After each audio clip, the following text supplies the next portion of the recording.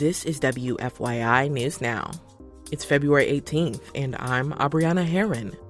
On today's show, Indiana University Indianapolis is given Research 1 status. The Carmel High School girls swim team continues their winning streak at the IHSAA state finals. And Indiana joins other conservative states asking a court to declare a landmark law to protect people with disabilities unconstitutional. The point is, why are these 17 states trying to tear down Section 504, which is a foundational piece of our disability rights federal law? Those stories coming up. But first, the increase in flu cases is stressing emergency rooms, according to the Marion County Health Department. Hospitals urge people with mild flu symptoms like fever, sore throat, and cough to avoid emergency departments and seek care at primary care providers, community health centers, or urgent care centers. Dr. Virginia Kane is the director of the County Public Health Department. She says people with severe flu-like symptoms, including high fever, severe headache, difficulty breathing, confusion, seizures, and chest or abdominal pain, still require emergency treatment immediately. Kane says antiviral treatments prescribed by your provider for flu-like symptoms can reduce severity and duration. She also emphasizes the importance of flu shots for people aged 6 months and older. Kane says people should wash hands, cover coughs and sneezes, and stay home when sick. Indiana University Indianapolis recently received Research 1 status from the Carnegie Classification of Institutions of Higher Education. It's a designation only awarded to 187 premier research institutions in the United States. WFYI's Elizabeth Gabriel reports the university is Indianapolis's only R1 institution.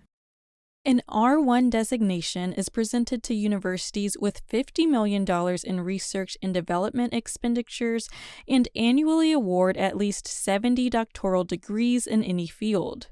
Latha Ramchan is the chancellor for IU Indianapolis.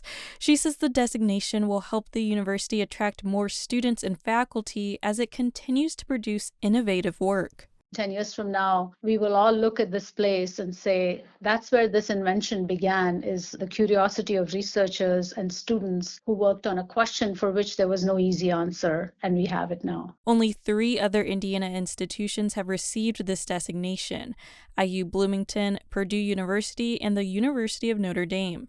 I'm Elizabeth Gabriel. The streak continues for the Carmel girls swim team.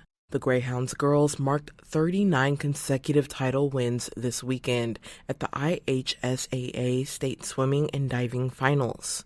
Among the swimmers was Carmel's first female Olympian, senior Alex Shackle, who swam in the relays and confidently won the 100 butterfly event for the 4th time in her high school career. The Carmel championship winning streak is the longest in U.S. high school sports history.